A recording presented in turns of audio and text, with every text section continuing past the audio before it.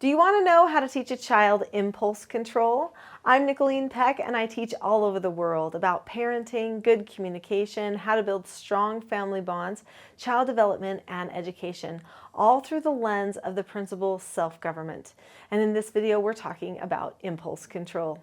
In this video, we're going to talk a little bit about what impulse control issues look like, and then some practical techniques that you can use to teach your child to pause, to think, to choose their words and actions carefully so that they are not reactive in situations.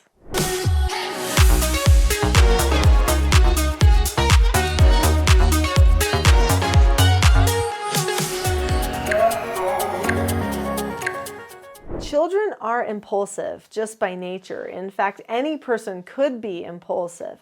But when we say impulse control issues, what we're talking about is a person who starts acting upon impulses before they even really recognize that they had the impulse. Their body is cueing certain impulses to happen. Maybe it's tapping, biting, shaking. Maybe there's anxiety that's coming into the mix. And it seems to be happening without them even being aware of it. That's what I would call real impulse control issues. Also, impulse control issues could encompass a person that just does not teach themselves to stop. No matter what thought they have, they just act on it. They don't have that healthy pause time that occurs in between that feeling or that impulse of wanting to do something and actually following through. There are many times that healthy people get impulses, but they don't do it. For instance, you might be, thinking to yourself something like, I really would love to have a piece of chocolate, but that doesn't mean that you actually go and get the piece of chocolate, because you might tell yourself, no, that's not going to be good for me. I've already had enough sweets today, so I'm not going to go and get the chocolate. So you had to have a small moment of a break in there, a pause in there, to actually have enough time to tell yourself no. If you immediately act on that impulse for the chocolate, then you have no time to control the impulse. So when a person learns to control their impulses, they have to first learn how to recognize them. In order for you to self-govern anything about yourself, you have to be able to describe what it is, and then make a plan for yourself moving forward so that you don't fall into the same behavioral trap that you did in the past. That's what it means to be self-governed. And you consistently monitor how you are doing with your impulses, choices, so that you can make sure you make better ones going forward. When a person is self-governing themselves and they have an impulse that they keep falling into, maybe the impulse is to sleep in the morning when they should be waking up, or maybe the impulse is to eat too much food, or to turn on the TV all the time, or to look at their phone. Those can all be things that can be triggered by impulses. If they're struggling with that, they first have to recognize that first moment where they think about the impulse. And then they have to tell themselves, when I think about the impulse, this is what I will do instead of what I currently do. The only way to change a habit is to replace it with something else. If you just tell yourself, I'm not going to eat sugar anymore, guess what? 2 days later, you're going to find yourself eating sugar because you didn't find something you could do instead of eating sugar at the times that you felt you had the munchies. If you really want to change that habit, you have to tell yourself something like, oh, cucumbers are sweet, or carrots are sweet, and so those are going to be my new sweets, my new sugars, or this little sugar-free candy is going to be my solution to my sweet tooth. So anytime I feel like I need something sweet that I want to eat, then I can eat a carrot, or I could eat one of these little sugar-free candies, and then now I'm not going to feel the need to eat the sugar, and that is going to satisfy me. You have to actually tell yourself in your own head that that is going to satisfy you. For instance, one thing that I do for myself is I don't like to eat too late in the night. And so if it gets late in the night and I'm feeling a craving for eating something, then I'll go get a big 24-ounce water bottle and I'll fill it with nice hot water. And I might even put some little like lemon in it or something like that, and maybe a little stevia drop so it's like a hot lemonade. Or maybe I'll even put a scoop, 10 calories only, a scoop of like baking cocoa and then some stevia, and I make a very low calorie hot chocolate. So it's like I'm not really eating anything, but I feel like I got a taste for something, so my body can think it ate something. Or even just drinking the hot water can get rid of that craving for me to want to eat late in the night. That's something that I've developed for myself so that I have created a healthy habit for me when I used to have an unhealthy habit.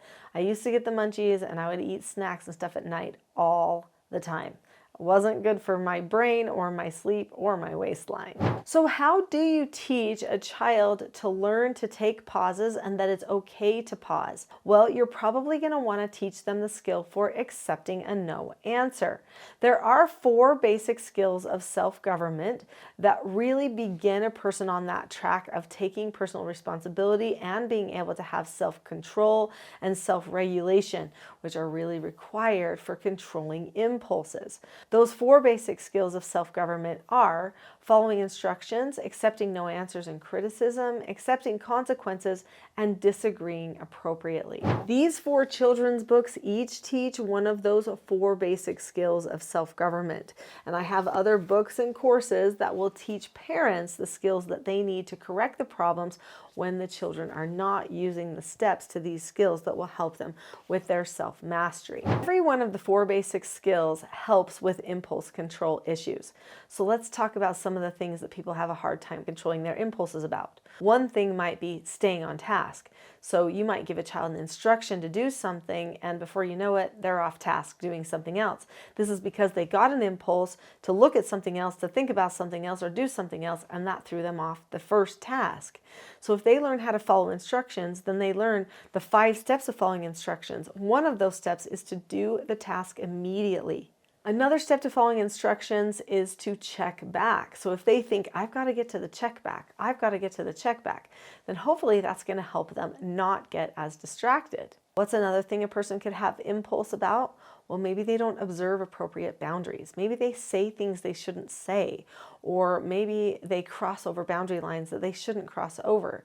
That's when they need to learn how to accept a no answer. There are 4 steps to accepting a no answer. So when they learn to accept a no answer, they learn how to say, that's a boundary line, stay calm about it, say, okay, I'm not going to cross over it. Then they drop the subject about it in their heads. That means they don't think about it anymore. Telling yourself to not think about something, to walk away from something and think about something else entirely, requires dropping the subject and then giving yourself an instruction about something else to talk about. And what about accepting consequences? There are a lot of young people who have anger outbursts or whining, those types of behavioral problems, because they don't want to accept responsibility for their own behaviors.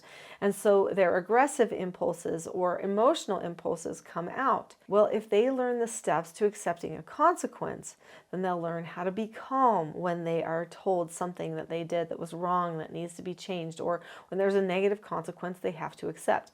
And if they don't learn how to accept that consequence, or don't want to, even if they have learned it, then there's some intensive teaching that parents can learn how to do. I'm not going to get into that in this video, but the full Teaching Self-Government program is prepared for all of those moments. And what about disagreeing appropriately?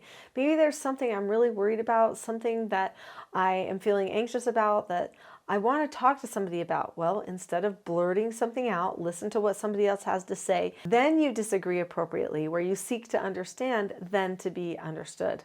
So all 4 of the 4 basic skills are going to be golden when it comes to impulse control.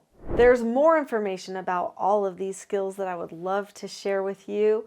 And you can find that out on my next full-length class called The Not-So-Known Secret for Parenting Success. Click on the link to that video next. I'll see you there.